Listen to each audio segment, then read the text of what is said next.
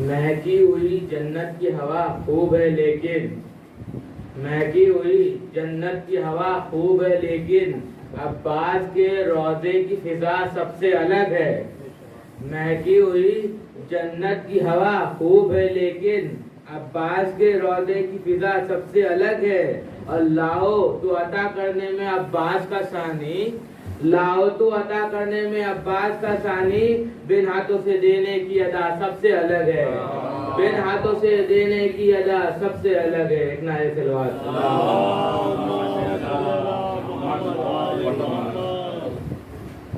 پیمانے انوار جلی بھیج رہا ہوں میں خود ہوں ولی اور ولی بھیج رہا ہوں. پیمانے انوار جلی بھیج رہا ہوں میں خود ہوں ولی اور ولی بھیج رہا ہوں. تم نے مجھے اس دور کا سمجھا ہے محمد تم نے مجھے اس دور کا سمجھا ہے محمد میں اپنے زمانے کا علی بھیج رہا ہوں. تم نے مجھے اس دور کا سمجھا ہے محمد میں اپنے زمانے کا علی بھیج رہا ہوں. ایک نعرے سلوات. یا رب میری نگاہوں ایک نعرے سلوات.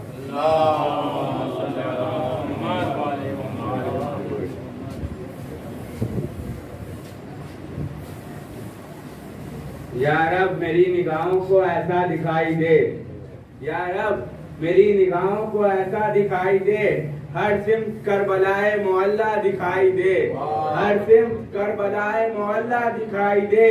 جنت ہمیں قبول ہے بس ایک شرط پر جنت ہمیں قبول ہے بس ایک شرط پر دیکھو جدھر حسین کا روضہ دکھائی دے دیکھو جدھر حسین کا روضہ دکھائی دے. ایک نعرہ سلوات. محمد والے محمد.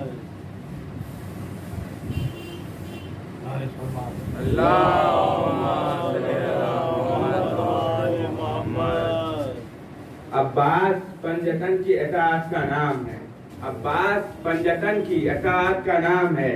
یہ میر کاروان شجاعت کا نام ہے یہ میر کاروان شجاعت کا نام ہے. ہر دور کے امام کو غازی پہ ناز تھا ہر دور کے امام کو غازی پہ ناز تھا.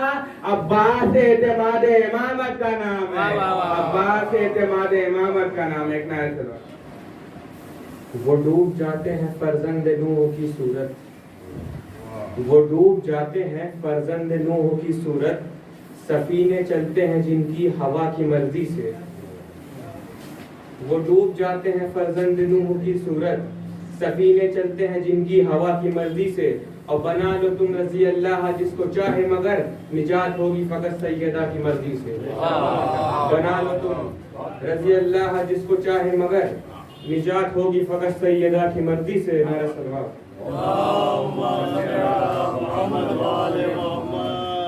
مشکل میں کون دے گا سہارا سمجھ گیا مشکل میں کون دے گا سہارا سمجھ گیا رتبہ ابو تراب کا تارا سمجھ گیا مشکل میں کون دے گا سہارا سمجھ گیا رتبہ ابو تراب کا تارا سمجھ گیا. افسوس کہ اسے نہ مسلمان سمجھ سکے افسوس کہ اسے نہ مسلمان سمجھ سکے سورج بھی جس علی کا اشارہ سمجھ گیا. افسوس کہ اسے نہ مسلمان سمجھ سکے سورج بھی جس علی کا اشارہ سمجھ گیا. اور نبی کی بات اگر مانتے مسلمانوں نبی کی بات اگر مانتے مسلمانوں تو اپنے راہ کے کانٹوں کو پھول کر لیتے نبی کی بات اگر مانتے مسلمانوں تو اپنے راہ کے کانٹوں کو پھول کر لیتے. اور یہ روز روز نہ بنتے نئے نئے فرقے یہ روز روز نہ بنتے نئے نئے فرقے اگر علی کی ولایت کو بھول کر لیتے.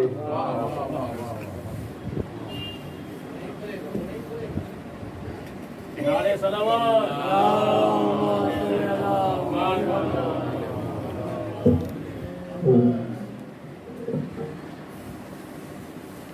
اس مرتبہ درود پڑھیں محمد والے